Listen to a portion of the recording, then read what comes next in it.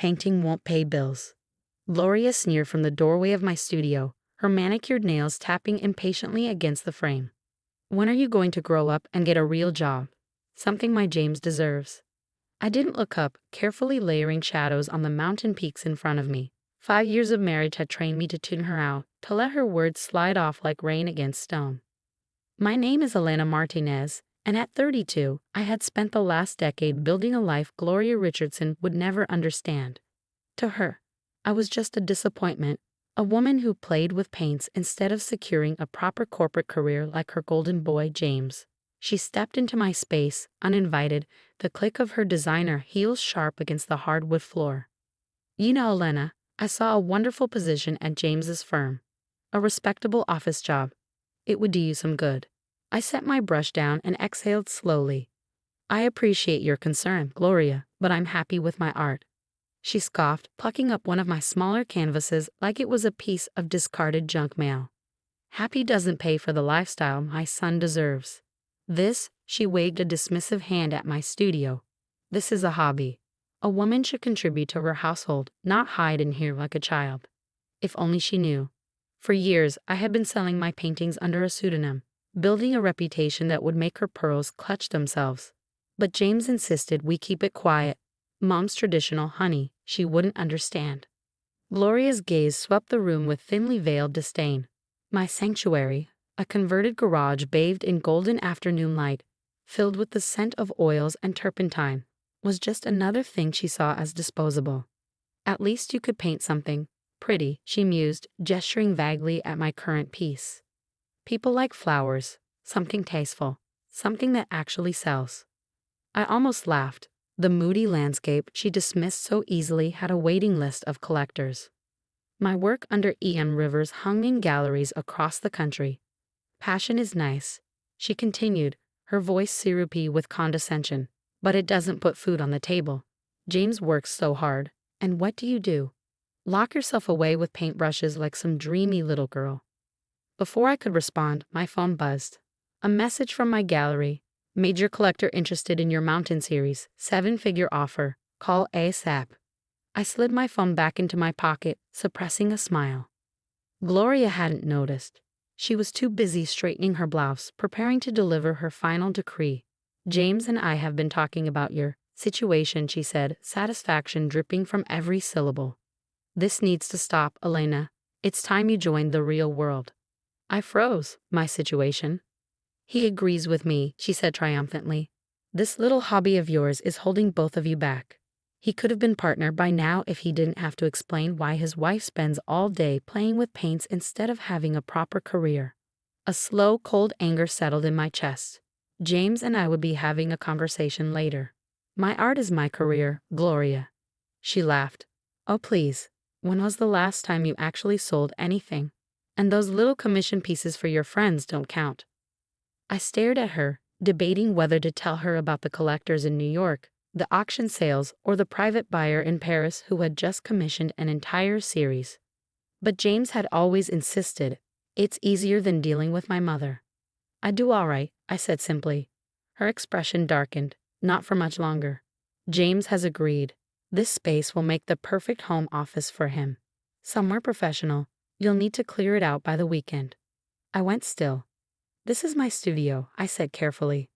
"Was your studio," she corrected, smiling. "We've already ordered his new furniture." 5 years of biting my tongue, of compromise, of letting Gloria belittle my passion because James swore it was better than causing drama. In that moment, it all became clear. "No," I said quietly. Her head snapped up. "Excuse me?" I said no. I met her gaze, unflinching. "This is my space, my career, and you have no right to make decisions about it." Her face twisted with rage. "After everything I've done for you, you are exactly why James could have done better." She stormed forward, grabbing a finished canvas, one from the very series the collector wanted. Before I could stop her, she hurled it to the ground. The sharp edge of the easel tore through the fabric. "Gloria." She didn't stop. She reached for another painting, her breath coming in furious huffs. "If you won't listen to reason," she snarled, "then maybe it's time for some tough love." I stood frozen as my mother-in-law, So proud, so refined, so desperate for control, began ripping through my work like a storm. What she didn't know, what she couldn't possibly fathom, was that she wasn't just destroying hobby paintings. She was tearing through pieces worth thousands, some worth tens of thousands. And every second of her tantrum was being recorded by the security cameras I had installed to protect my very valuable work. I pulled out my phone and hit record, documenting the wreckage firsthand.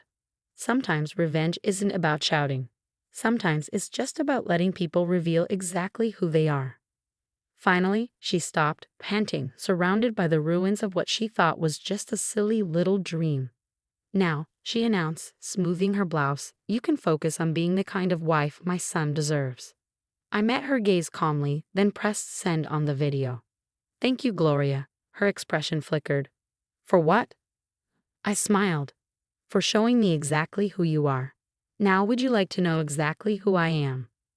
Gloria's smug satisfaction at wrecking my studio didn't last long. My phone buzzed relentlessly and I put the call on speaker, letting her hear every word.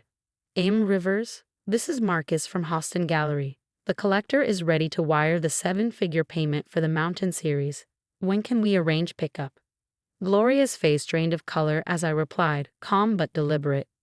We have a problem, Marcus. Several pieces from the series were just destroyed, intentionally. I have video proof.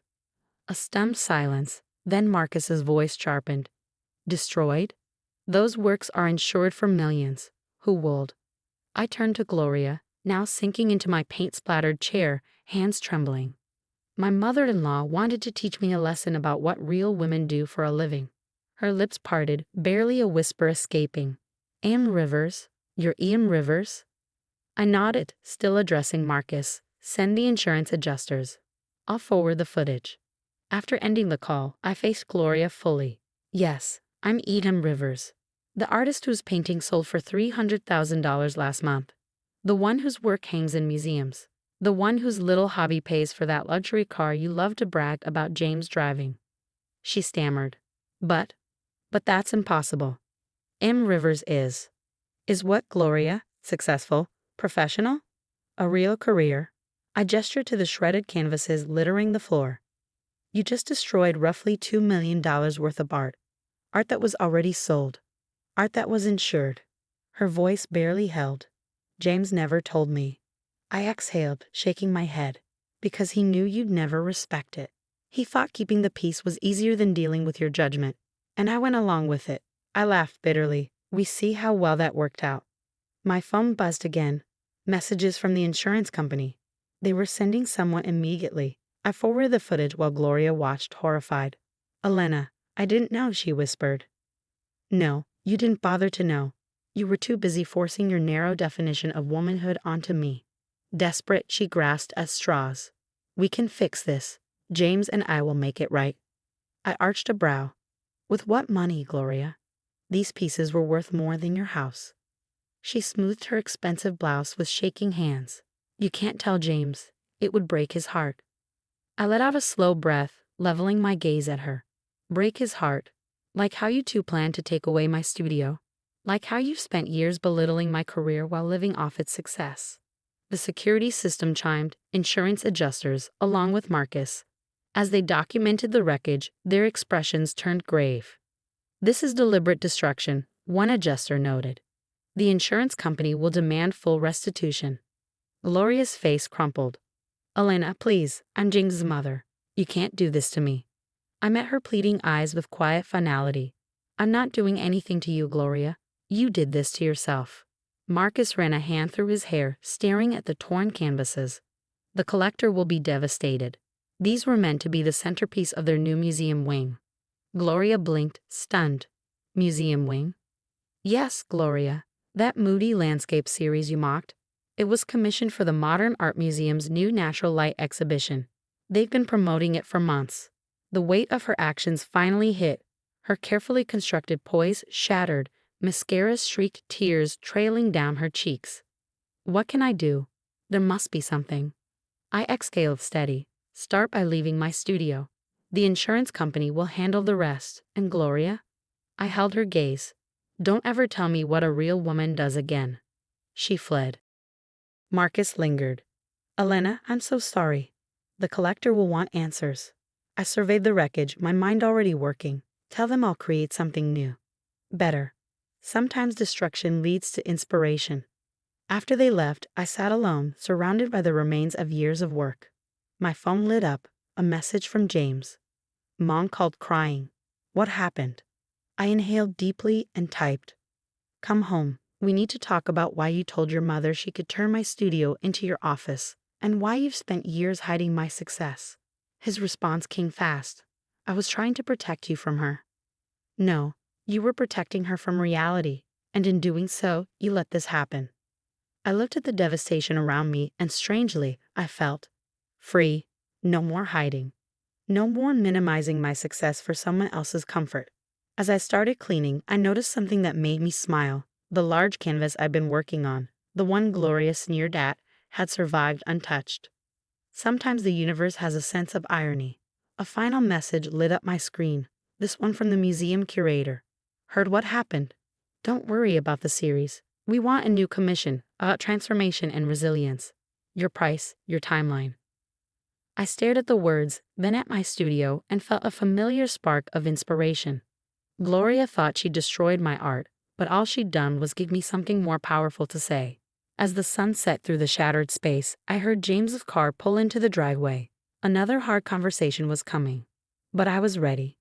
No more hiding. No more compromising. No more letting anyone else define my worth. That evening, standing in the ruins of my studio, I watched James take in the wreckage. His expression shifted from shock to anger, then finally shame. He ran a hand through his hair, his fingers tightening around a shredded canvas. I never thought she'd actually do this, he murmured.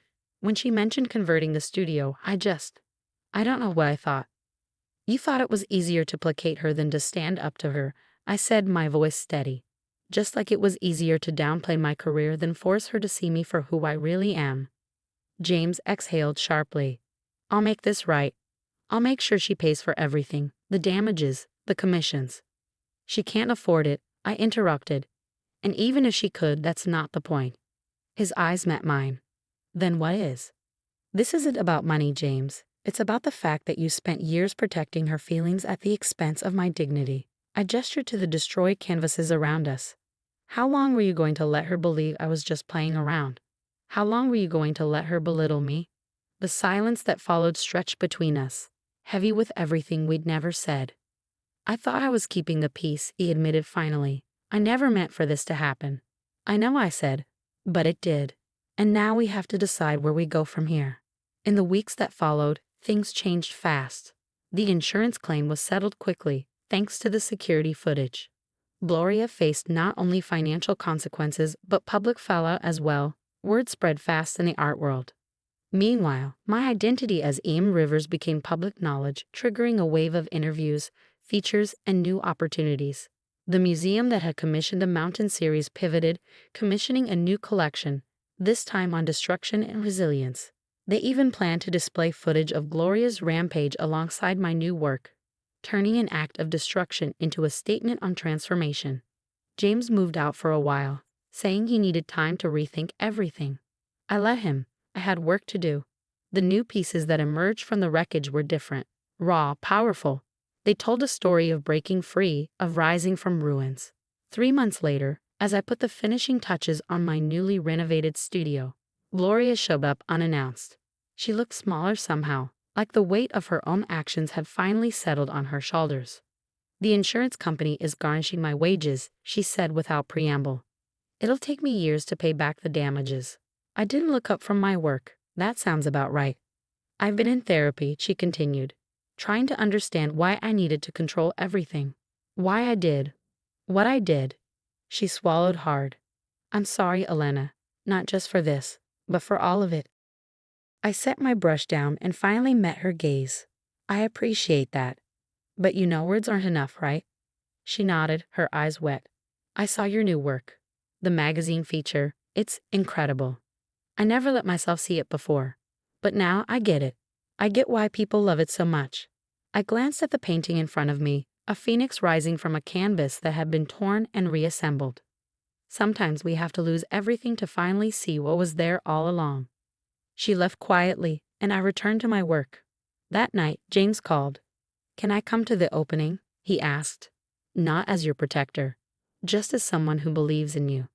The next evening, the exhibition debuted to record-breaking success. The gallery buzzed with energy, collectors drawn to the raw, defiant beauty of the new series. The story of destruction and rebirth resonated with them, but more importantly, it resonated with me. Gloria had tried to define what a real woman should be, but in trying to tear me down, she had only given me my greatest inspiration. As I stood in my studio later that night, watching the last rays of sunlight streak across my work, I felt something unexpected. Not anger, not resentment, just gratitude. For my strength, for my voice, and even in some strange way for Gloria, who had tried to erase me, but instead helped me paint the clearest picture of who I truly was.